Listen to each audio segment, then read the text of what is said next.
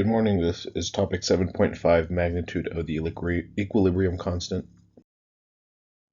So today the objective is to be able to explain the relationship between very large or very small values of K and the relative concentrations of chemical species at equilibrium.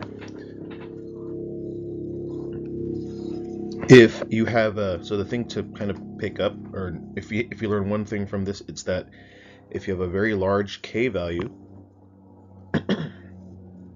you're going to go into completion, meaning that the reaction is going to go complete from reactants into products, and that's it.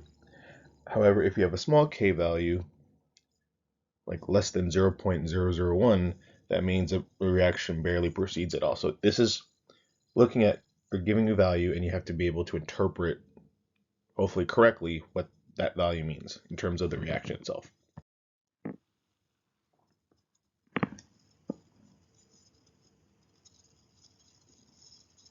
So what does the equilibrium constant mean? Like, what does that look like?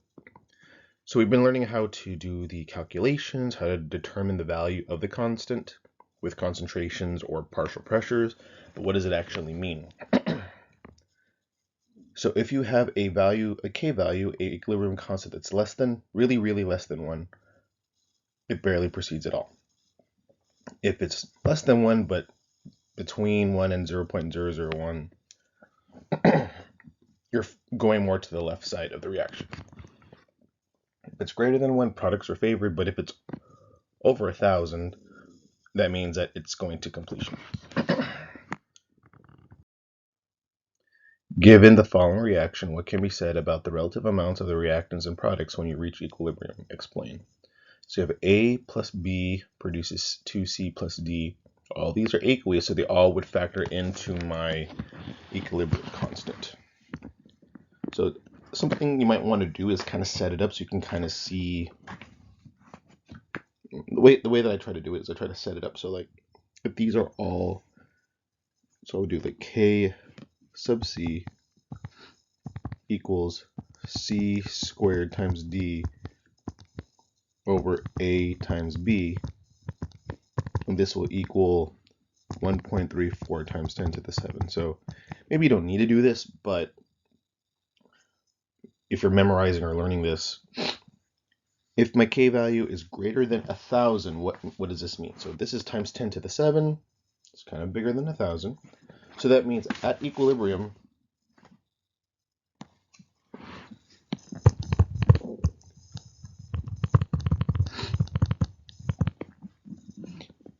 there is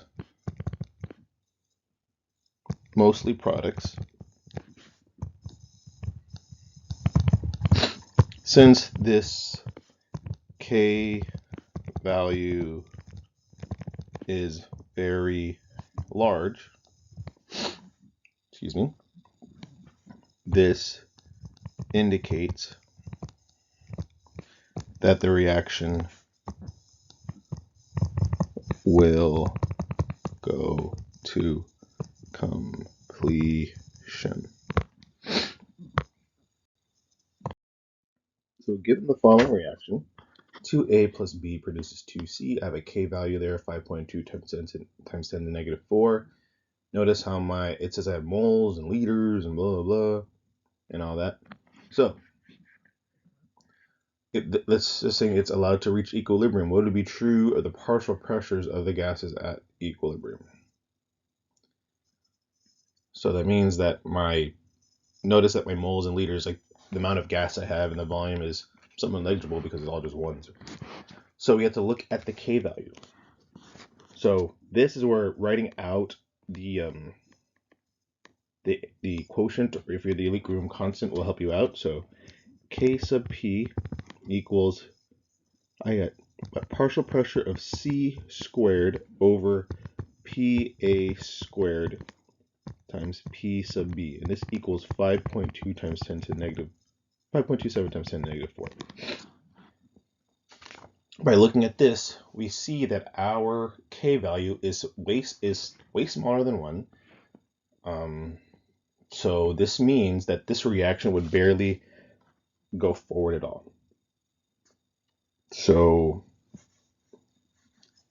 because let's see, Since the K value is really small, way less than 1, the reaction barely, is it barely or barely? Barely proceeds at all.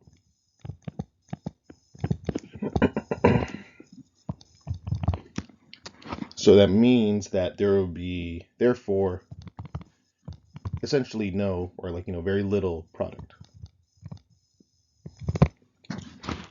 So that means that my smallest, I'm going to use a different color, my smallest partial pressure would be C. So let's see, does any of these say that, any of them that does not say that this is true? So you have A is less than B less than C, so it can't be this. A is equal to B but less than C, so C is the smallest, so it can't be that. A is less than B, but B is way greater than C, so it could be letter C. It could be D because it's saying that A and B are greater than C. It can't be E because they're all equal, and we know it's going to be the smallest. And the products and the reactants are going to be higher up because there are no products being produced, so it's mostly reactants, so it can't be E. So looking at the 2A and B, that means that if this reaction were to reach equilibrium, so to speak, at this particular equilibrium constant, this means that the A's would run out first because there's more moles of them being used to reach equilibrium. Even though it barely proceeds at all, but it's at equilibrium and maybe at a specific temperature at this constant. So what does that mean? A will decrease faster than C.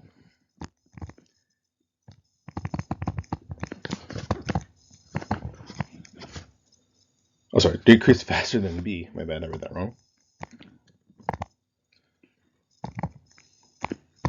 So then B will be the largest. Any of them that says that? Well, letter D says that A is greater than B, so no, because there's more moles, A will run out faster. So the answer can only be C.